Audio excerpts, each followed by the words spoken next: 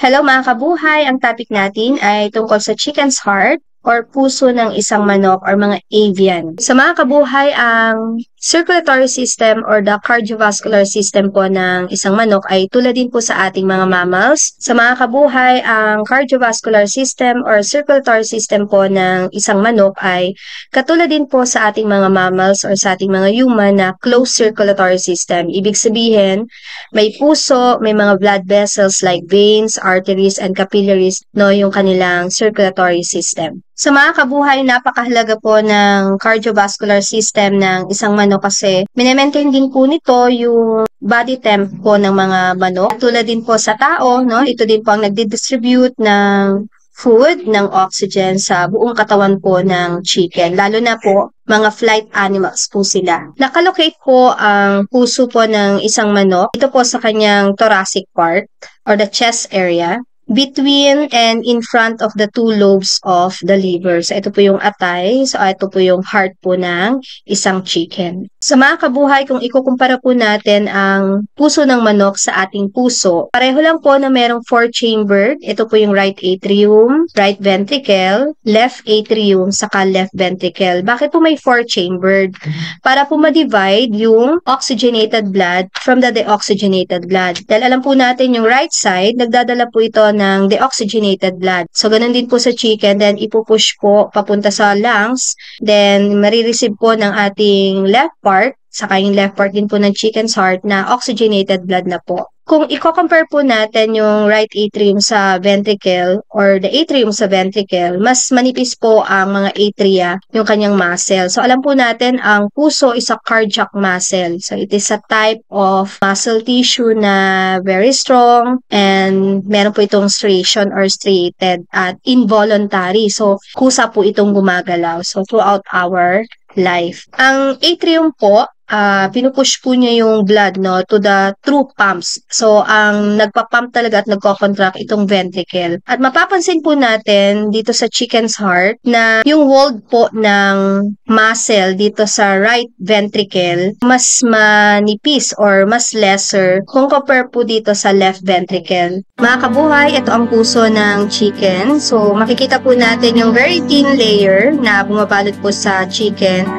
heart ay ang pericardium. So, andito po ang aortic part. Tapos may fats din po na bumabalot to protect, no, yung mga internal organ natin. So, dito po mga kabuhay ay kinakat ko po yung pinaka-center ng heart ng chicken using the scalpel.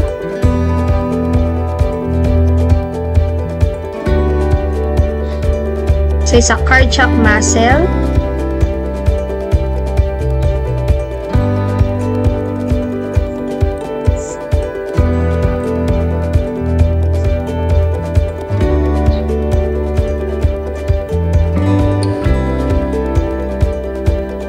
So, we try to open the right part. Ito po yun.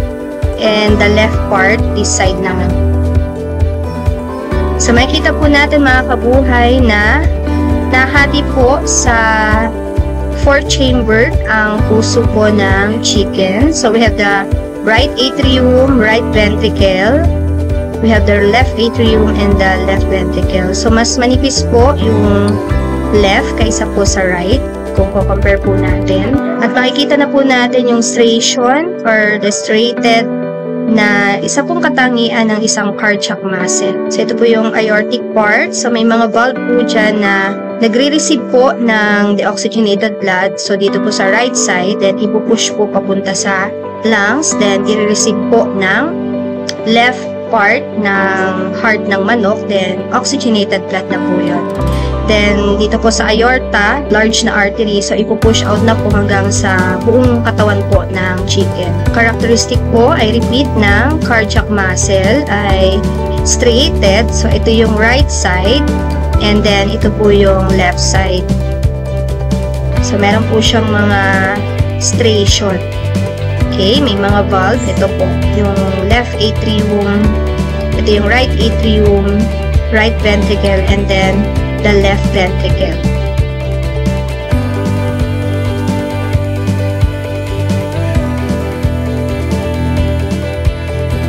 Okay, so yan po yung heart dissection po ng chicken.